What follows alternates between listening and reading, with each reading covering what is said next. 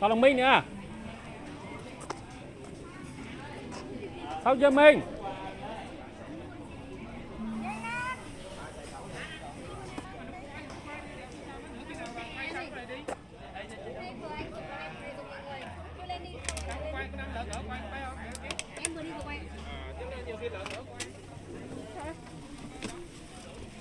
Đưa bé nhất về vào đằng sau ngồi đi để chị ngồi chưa trường quay.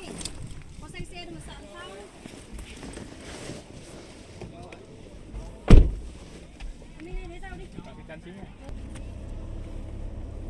Nó mát cũng được, tại vì là bây giờ nếu mà nắng lên thì nó cũng gắt.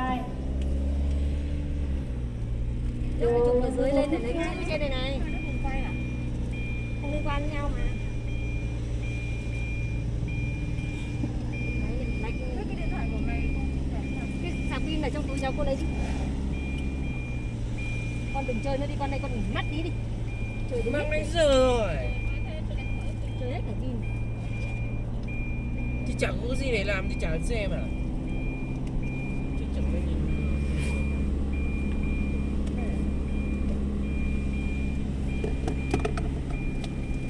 Dây lưng hay là cái gì kia. Không phải đâu, chú ơi, cô cắm đâu.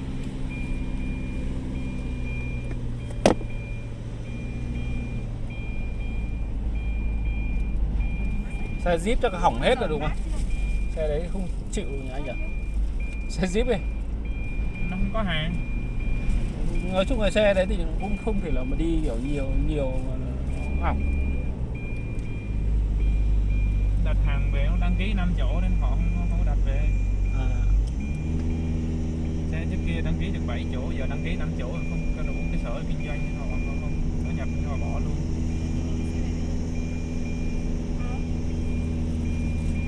Về 2 triệu đúng không ạ? Dạ. Thì tí lại đi xe nào hay như nào?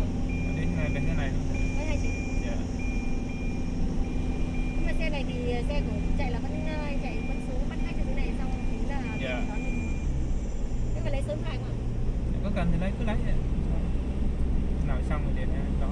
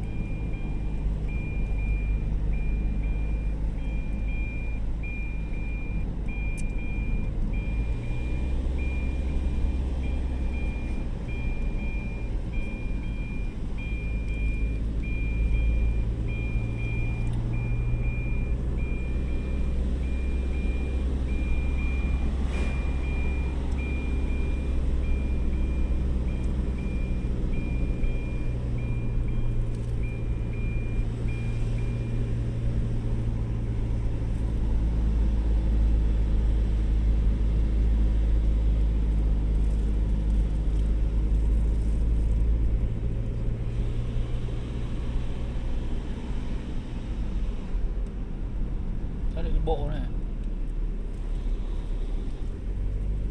Trải nghiệm.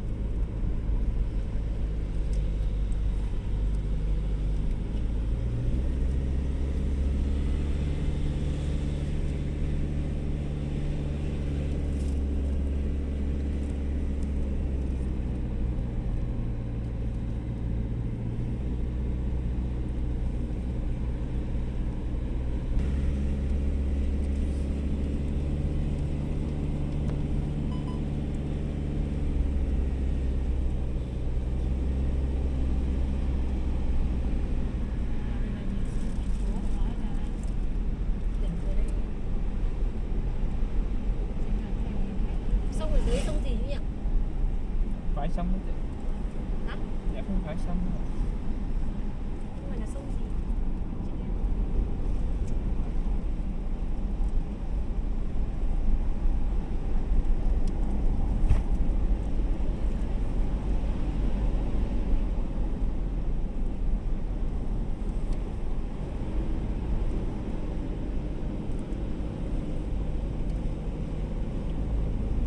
Cái cốp luôn, vẫn đóng vào rồi đúng không?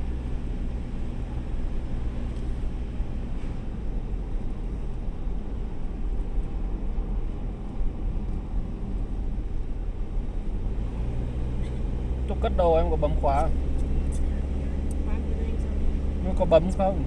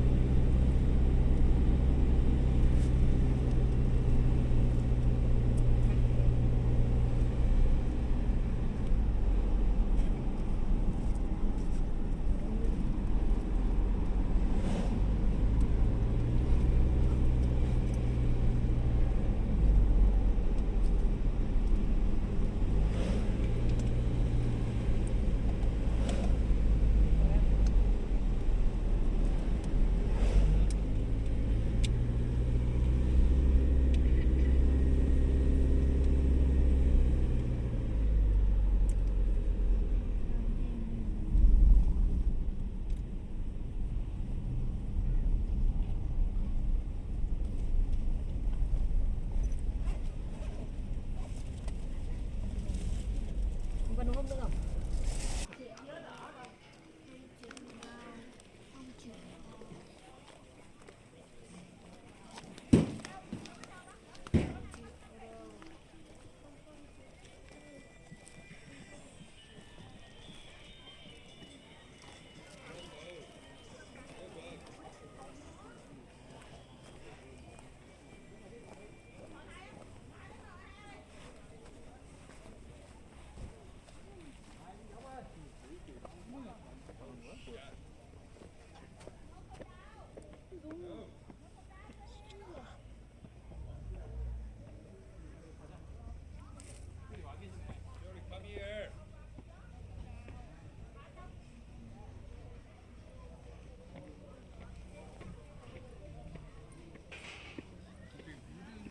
Ngồi đây mà chụp ảnh.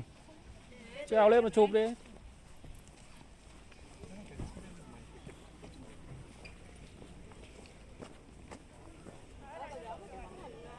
You come down.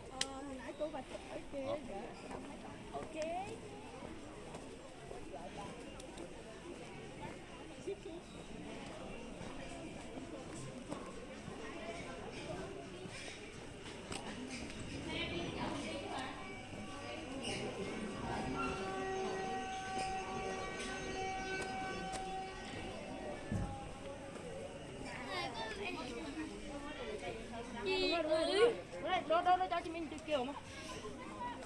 Những ngày người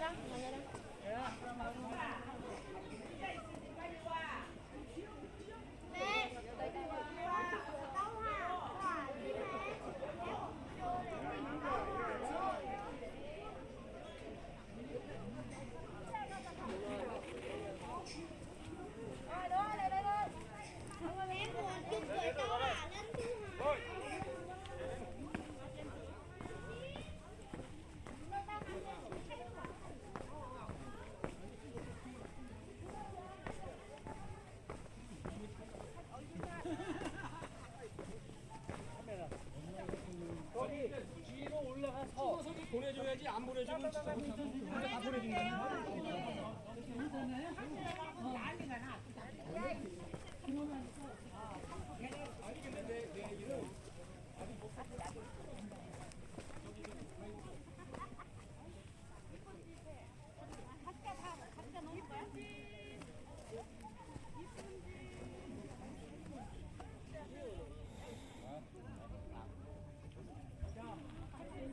하나, 둘. 다시 하나. 하나, 둘. 야 우산 들고 있어. 됐어 이제. 이게 나 믿음을 가질 수가 없어. 찍은 거예요? 그래. 안 들어가네. 한 번 더. 그렇지. 왜 아쉬워? 좋아.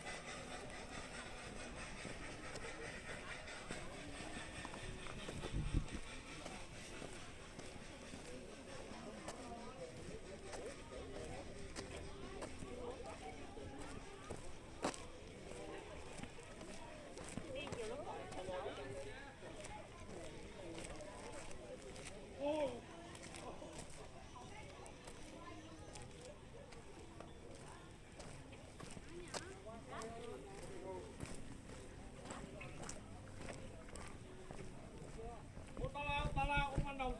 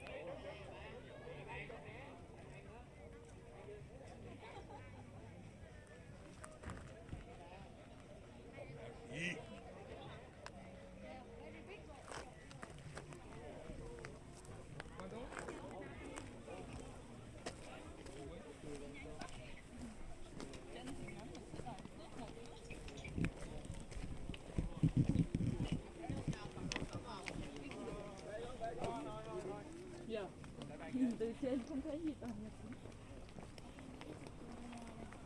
Có đây. Nó đi xuống dưới kia này. Cái đòi đi xuống đây rồi. Nó đi. Xuống đây. Đi. Đi. Đi. Cầm tay nó kìa. Bố bồng. Không, cầm tay. Đi không đi thôi. Không xuống thôi. Bố không bồng. Bố đâu có bồng rồi. Thôi lòng. Đi là lòng. Nè. Đi.